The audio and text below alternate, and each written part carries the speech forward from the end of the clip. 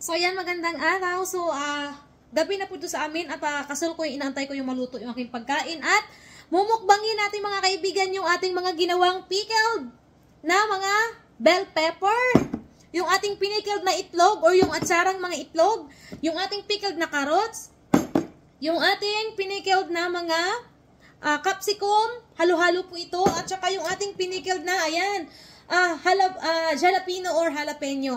So, mga nagtatanong kasi mga kaibigan, bakit daw ang lutong-lutong ng aking mga pickled? Ito may sikreto po kasi kung bakit malutong dyan.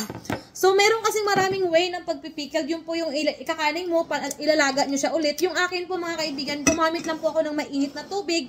Nang sa ganun po mga kaibigan, is ma-preserve po natin yung pagka-crunchy ng ating mga gulay. Like for example, grabe, napakasilyado mga kaibigan. At kagandahan po mga kaibigan kapag pinickled po nyo ang mga gulay ninyo, kahit hindi nyo po ito ilagay sa rep ay nagtatagal po talaga siya. At sa mga nagtatanong kung pwede ba ito sa Pilipinas, yes po mga kaibigan, pwede. At kahit mainit po yung ating pickled, o diba, kagandahan, ganito siya. Kahit mainit po ang temperature sa Pilipinas, pwede po kayong mag-stock ng mga pickled ninyo, ilagay nyo lang po yan sa mga malilim, yung hindi talaga nasisinaga ng araw. At saka medyo malamig naman.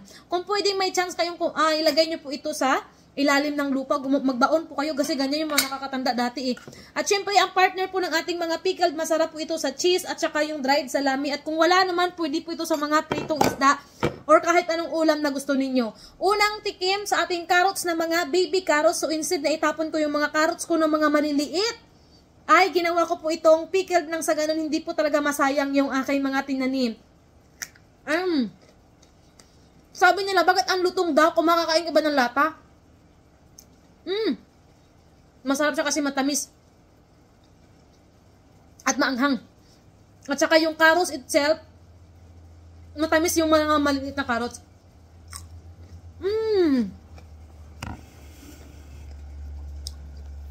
Promise mga kaibigan, hindi ko po sinasabi na masarap dahil akong gumawa. Masarap po talaga siya.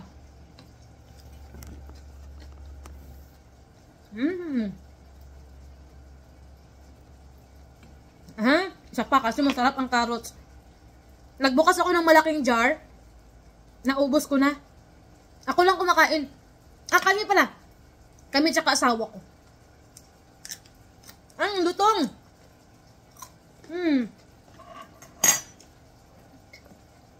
Tapos, kahit nabuksan nyo na ito, pwede din to hindi nyo na ilagay sa rep. Pero mas maganda talaga ilagay sa rep kapag nabubuksan na. Dahil nga po sa suka, kahit talagang napipreserve talaga siya ng matagal. Tsaka yung ating mga capsicum. Ito pong capsicum na to ay 2022 ko ginawa. So, ibig sabihin, itong capsicum na to is hindi po ito malutong. Masarap. Nanunuot yung ano niya. Maanghang. Kasi halo-halo po ito, hindi lang po ito capsicum eh. Masarap siya panlagay sa paksiw. May mga siling labuyo. Maanghang ang labuyo. Yung kinain ko labuyo. Ito, maasim kasi sinasadya ko talaga siya na medyo maasim. Kasi papanghalo ko nga sa paksiw. Masarap siya, nanunuot yung lasa niya. At saka the more na ini-stay niyo po ito ng matagal, the more po siya na masarap. Tapos pangalawa pangatlo yung ating minukbong kano talaga to eh.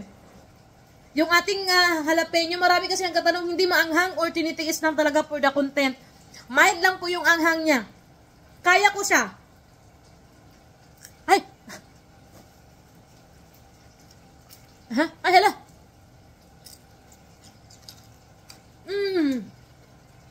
Ay, mild na yung anghang niya.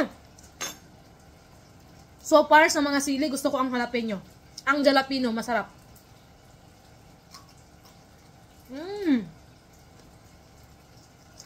Hindi nga siya maanghang.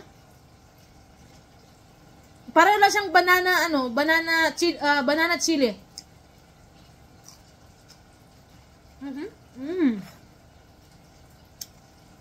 Ito, siling panigang. Ang lutong din.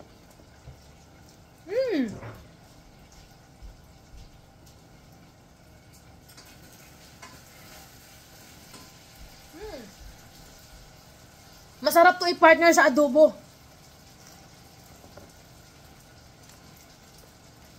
Kakain tayo ng atsarang itlog. Kasi pang appetizer ito kasi nagluluto talaga ako ng adobo eh. Ano to? Ito naman is atchal. Hala, maanghang to. Ito ano oh? Onion. Onion. Alam niyo pag mura ang mga ganito, pag mura ang sibuyas, mura ang mga sili, pwede kayo mag-pickled. Tapos pag mahal na, tapos pwede kayo mag-ipon nito kasi mahilig tayo sa mga paksiw, di ba? Nag-iiba po ang lasa, syempre, kasi may suka.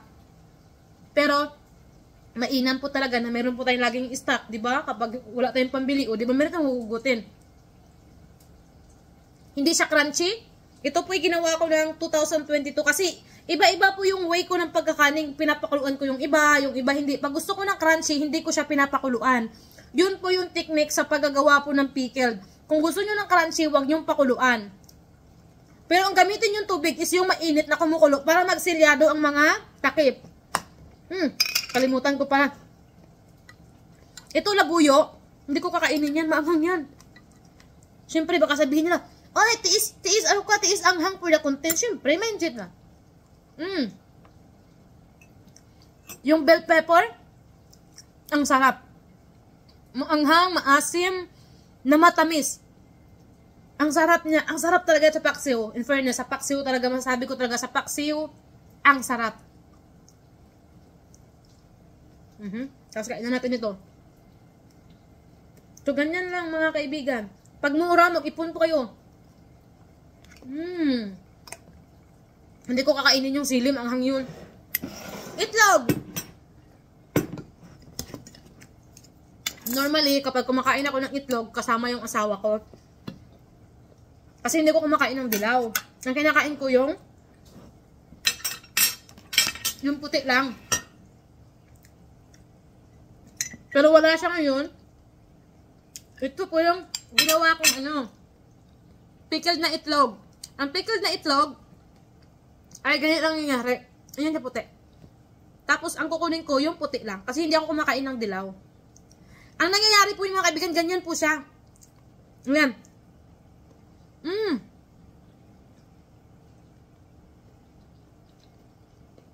Nag-absorb yung lasa. Ang sarap. Vinegar, tapos yung mga paminta, yung mga bawang. Binurong itlog. Ang sarap. Try nyo. Sa gusto ng mga tutorial nito, mayroon po akong mga video na nakashare na paano po yung gawin yung mga pickles, yung itlog. Marami po akong mga video. I-check nyo po yung sa aking kung gusto nyo lang po naman.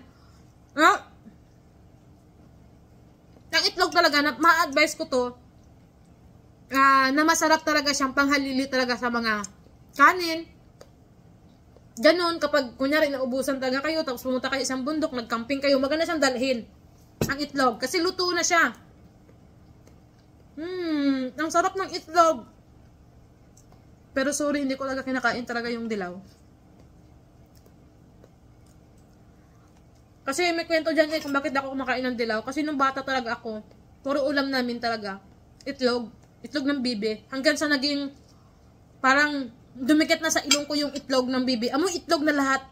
Kapag bukas mo ng itlog, amoy itlog na. Malansa na. Kasi may itlog kami ng bibi. Araw-araw yon, buong taon. Ang sarap. Ang sarap. The best so far, yung mga pickle ko na ginawa is the best talaga siya pang appetizer. Sa mga gusto kong tutorial, check nyo po yung video. So, yun na po. Salamat.